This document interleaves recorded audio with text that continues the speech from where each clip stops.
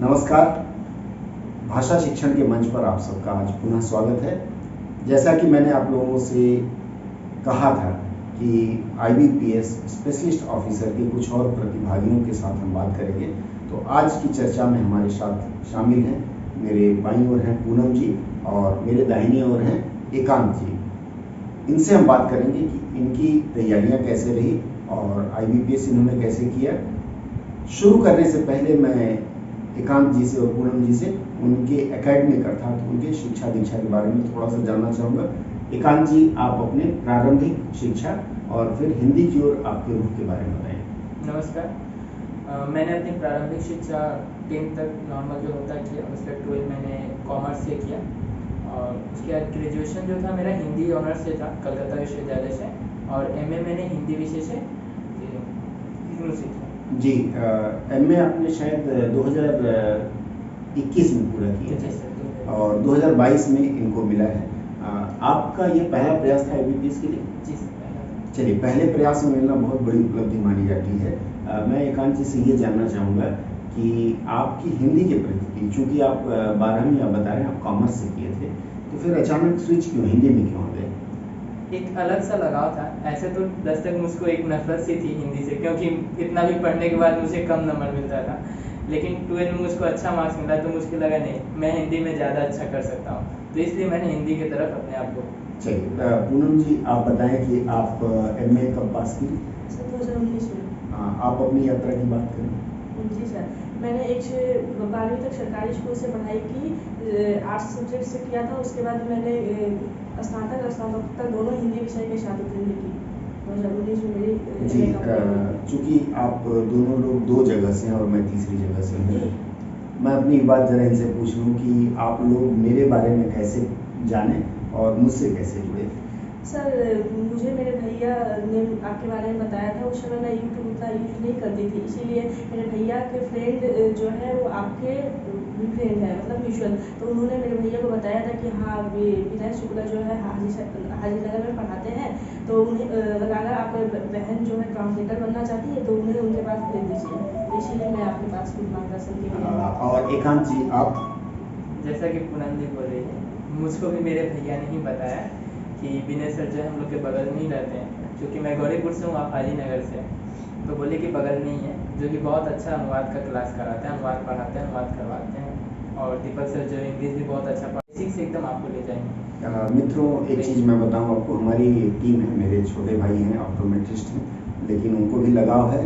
राजेश शुक्ल जी और दीपक सर हैं, दीपक साव जी, हम लोग तीनों मिलकर के पढ़ाना तो बोलते हैं it is very difficult to teach Ram Ram to an old parrot, लेकिन चूँकि हम सिर्फ मार्गदर्शन करते हैं और मेरा ये मानना था कि हम लोग शिल्पांचल से हैं। शिल्पांचल मतलब यहाँ के लोगों को कैरियर के बारे में बच्चों को पता नहीं, जीवन में आगे कैसे बढ़े पता नहीं, तो मुझे लगा कि चूँकि शिल्पांचल ने मुझे बहुत कुछ दिया है तो मैं भी नहीं कुछ दे करके जाऊँ। इसलिए हम लोगों ने एक संवेद प्रयास किया और हमने प्रयास किया कि लोग हिंदी के क्षेत्र में आए, इससे राजभाषा के प्रति भी झुकाव बढ़ेगा और लोगों का योगदान बढ़ेगा। तो चूँकि इनके भाई मुझसे गोरखपुर में मिले थे, इनके भाई के जो भाई हैं वो भारती वायुसेना में मुझसे मिले थे। अब हम आते हैं मुख्य चीज़ों के ऊपर। पूनम जी आप अपनी तैयारी के बारे में बताएंगे। सबसे पहले तो मैं GST की तैयारी करती थी सर जी। SSC GST के 2019 में मैंने MA की परीक्षा उत्तीर्ण की। उसके बाद मैं GST में लग गई, लेकिन जैसा कुछ मार्क्स मेरा नहीं हुआ जी। तो फिर मैं इधर की ओर मुड़ी IPS SO, लेकिन उस समय भी मैं SO पे विशेष ध्यान नहीं दी थी। उसके बाद 2020 में मैं यहाँ पर आई तो फिर आप लोगों का मार्गदर्शन मिला। आप लोगों ने बोला कि लगे रहिए, बिल्कुल होगा, क्यों नहीं होगा, थोड़ा मार्क्स से कर्जा रहा है। आप लोगों ने बताया कि आपकी कमी देखिए, कमी क्या है। उसके बाद फिर मैं धीरे धीरे 2020 का भी एग्जाम दिया, फिर उसमें भी मेरी ही कुछ चूक रही होगी, फिर नहीं हुआ कुछ मार्क्स से। उसके बाद 2021 में GST का आया नहीं, तो फिर दीपक सर ने बोला कि अरे इस बार नहीं आया, इस बार IPS SO में लगी, आप में है काबिलियत, आप करेंगे। उन्होंने भी पूरा अपना एफर्ट्स लगाया और उनका एफर्ट्स सर आज सक्सेस भी हुआ। बहुत हम लोगों के पीछे बहुत किए हैं, बहुत खटे हैं वो, इसीलिए आज हम लोग मतलब सक्सेस हुए हैं। बच्चों से अधिक प्रशिक्षक अर्थात दीपक सर बहुत प्रयास किए हैं, दिन दिन भर खुद पढ़ते थे। राजेश सर राजेश सर एकदम समय समय पर मॉक टेस्ट भेजते रहे घर, मतलब ऐसा कि फ़ोन कर करके बोलते रहते थे कि किए कि नहीं करेंगे तो आपके गार्जियन को बोल देंगे, ऐसा प्रेशर बना कर रखते थे। सबसे बड़ा प्रेशर हमने यही बनाया कि हाँ हम सर, बोलते थे तो कि आपके पिताजी को बोल बोल देंगे देंगे और आपकी फिर आपकी शादी शादी करवा करवा देंगे, यही बात करने लगा था। नहीं अभी शादी नहीं करना है सर, नहीं शादी नहीं कर बोलते थे तो खराब लगता था, फिर बोलते कि नहीं करना ही पड़ेगा, नहीं तो सच में सर बोल देंगे तो फिर गड़बड़ हो जाएगी। जी देखिए, थोड़ा बहुत भय भी जरूरी है, इसको मैंने पिछली बार बताया था, नेगेटिव मोटिवेशन। हाँ, सर। और उससे यही सबसे ज़्यादा एकांत जी, आप कैसे पढ़ते थे, कितना घंटा पढ़ते थे वो बताएं, पूरी स्ट्रेटेजी आप ऐसे ऐसे प्रैक्टिस करिए। तो मैं उसी तरह से उस पीडीएफ को लेकर प्रैक्टिस करता था घर पे, और ये करना मैंने स्टार्ट किया एग्रीकल्चर इंश्योरेंस कंपनी का एग्ज़ाम दिया था उससे पहले, IBPS के पहले। वहाँ पे जब मैं गया तो मुझको ऐसा लगा कि मुझको टाइपिंग आती नहीं है। उस समय मुझको बहुत शर्मिंदगी महसूस हुई वहाँ पे, क्योंकि मेरे अगल बगल बैठे लोग सारे कोई टाइप कर रहे थे और मुझसे टाइप नहीं हो रहा था। तो वहाँ पर मुझको बहुत जोर का झटका लगा कि ये क्या हो गया मेरे संग, इतना पढ़ा लिखा सब बेकार हो गया एक टाइपिंग की वजह से। तो एक दिन मन में थोड़ी सी हताशा हुई उस समय, उसी को लेकर मैं सर से बात किया। सर बोले कि कोई बात नहीं, अभी IBPS आ रहा है, उसमें भी रहता, आप प्रैक्टिस करिए। तो उसी तरह मैं कीबोर्ड खरीद के मंगाया वहाँ, और उसके बाद उसको मोबाइल के संग अटैच करके अपना प्रैक्टिस स्टार्ट कर दिया, और उसी का परिणाम था कि मैं आज IBPS से जी देखिए, अगर आपके पास लैपटॉप या कंप्यूटर नहीं तो शर्माने की बात नहीं, ना ही तो पैसे खर्च करने की बात है। इस पे मैंने एक वीडियो डाला है, इस लिंक पे मैं डाल दूंगा, उस पे मैंने बताया कौन सा ऐप डाउनलोड करना है और कैसे कर सकते हैं। हौसला होना चाहिए, आप कर सकते हैं जैसे एकांत जी ने किया। पूनम जी, आपके पास लैपटॉप है, लेकिन अधिकांश लोगों के घर लैपटॉप होने के बावजूद पता नहीं कि कैसे करते हैं। आप मुझे बताइए उसमें हिंदी की सेटिंग कौन सी कीबोर्ड में किया, वो मुझे बताइए।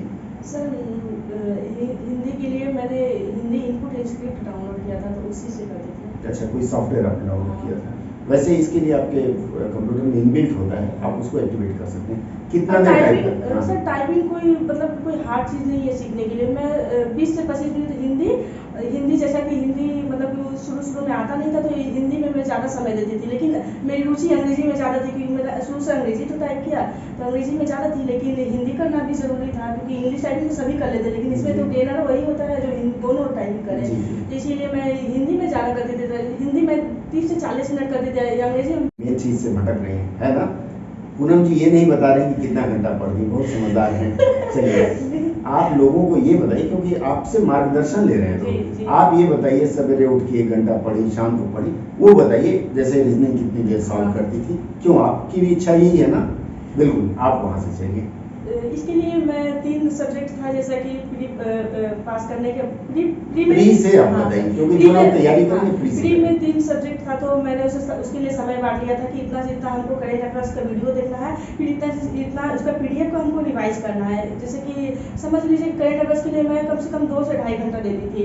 उसके बाद रहा रीजनिंग का बात, तो रीजनिंग के लिए भी सर ने बता दिया था, मॉक टेस्ट भेज दिया करते थे कि ये मॉक टेस्ट आपको अगर ट्यूशन नहीं आ पा रही है तो आप घर पे दीजिए। तो मॉक टेस्ट देते थे, उसका यूट्यूब में वीडियो देखते थे, जो चीज़ नहीं समझ में आता था सर से आकर पूछते थे, फिर समझते। तो उसके लिए भी मतलब रीजनिंग के लिए ज़्यादा नहीं तो 1 से 1.5 घंटा में उसके लिए करते थे। इंग्लिश जैसा कि GST का तैयारी करते उतना इंग्लिश में ध्यान नहीं भी देते हुए मेरा इंग्लिश अच्छा से हो गया सर। चलिए, बहुत अच्छा। ये इनका प्री का स्ट्रेटजी रहा। अब जरा इनसे पूछते हैं कि इन्होंने प्री के बाद पोस्ट आता है, अर्थात पेपर 2 के लिए इन्होंने क्या स्ट्रेटजी अपनाया?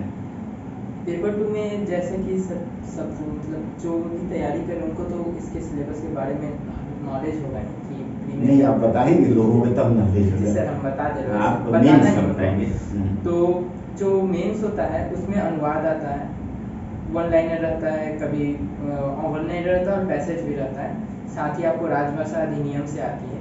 तो राजभाषा अधिनियम के लिए यूट्यूब पे इंटरनेट पे बहुत सारी चीज़ें आपके लिए मौजूद है राजभाषा अधिनियम से रिलेटेड। जी, मैं आप लोगों को बता दूं, मेरा ब्लॉग है गली GALI-कुचा KUCHA.blogspot.com, उसमें भी आपकी सहायता के लिए मुफ्त में ढेरों सामग्री है।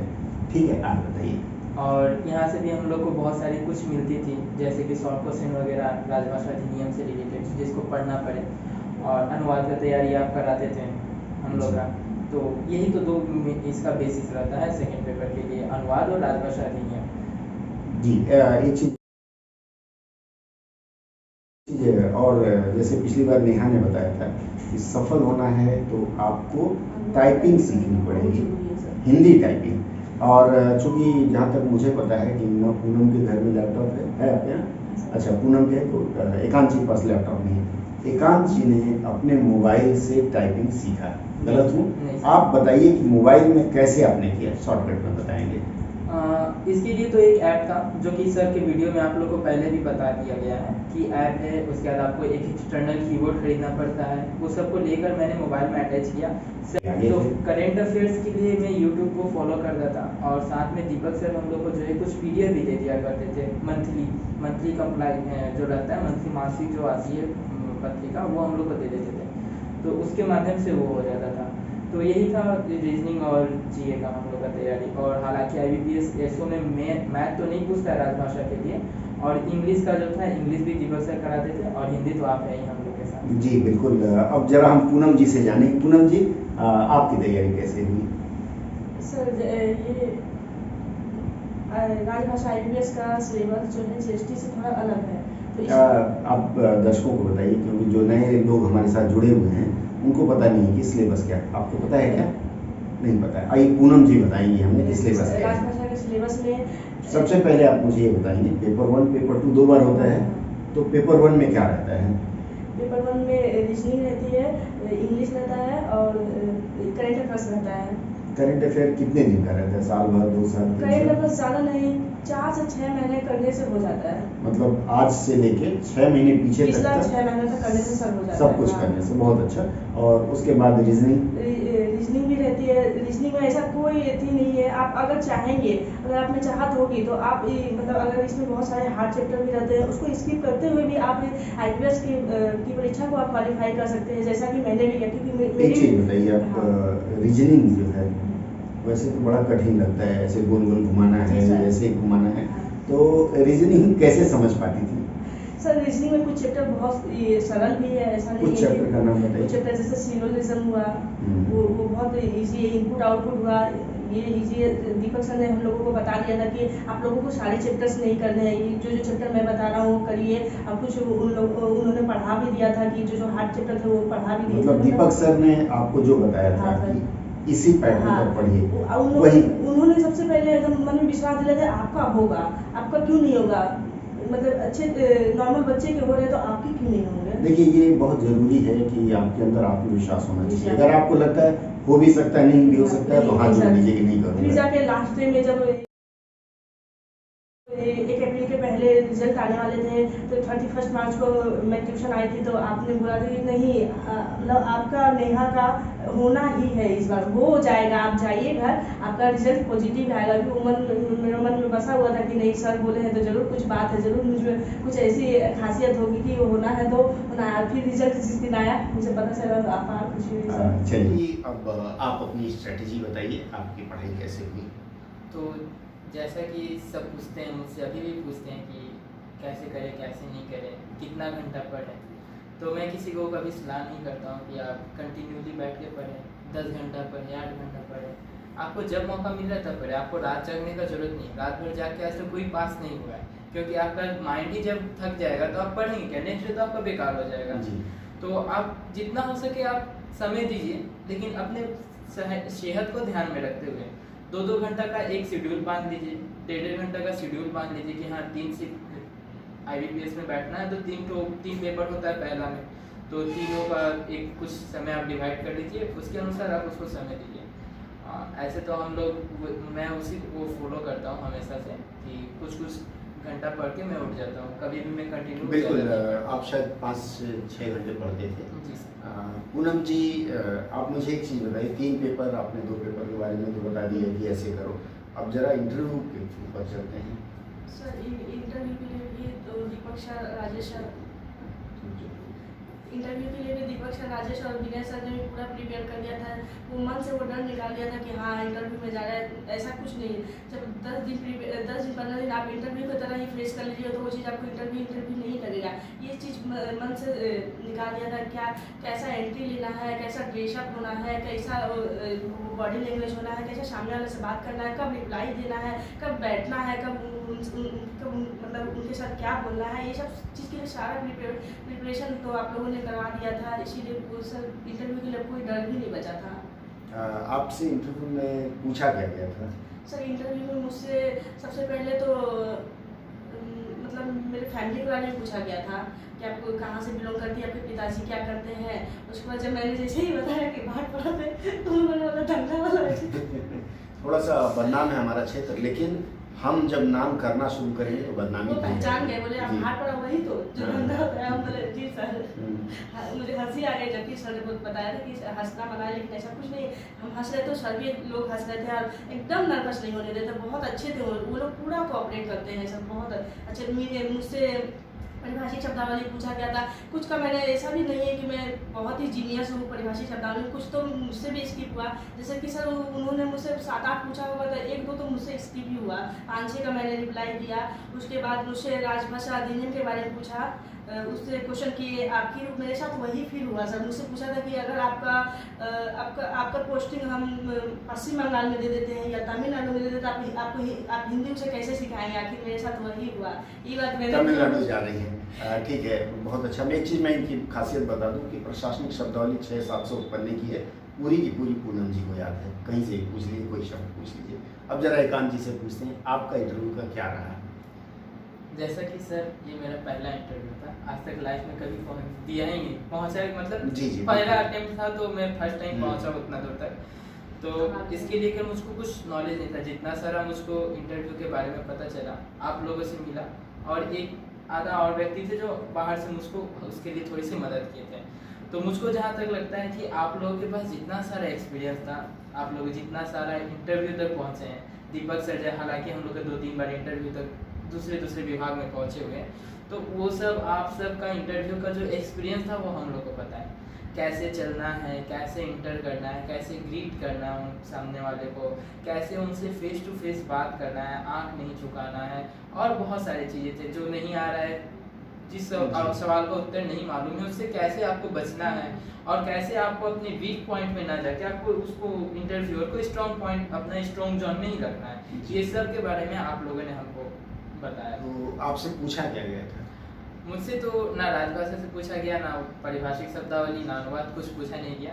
मुझे मेरे एरिया बेसिस पे ही क्वेश्चन पूछे गए कि ये ज़िला है, कौन से ज़िला में है, ये कौन सा जगह पे है, ये सब बारे में ही पूछा गया था, ज़्यादा कुछ नहीं पूछा गया था। और मेरी जो है, मैं कहाँ से हूँ, क्या करता हूँ, मेरे पिताजी के बारे में, ये सब नॉर्मल जो रहता है वो तो।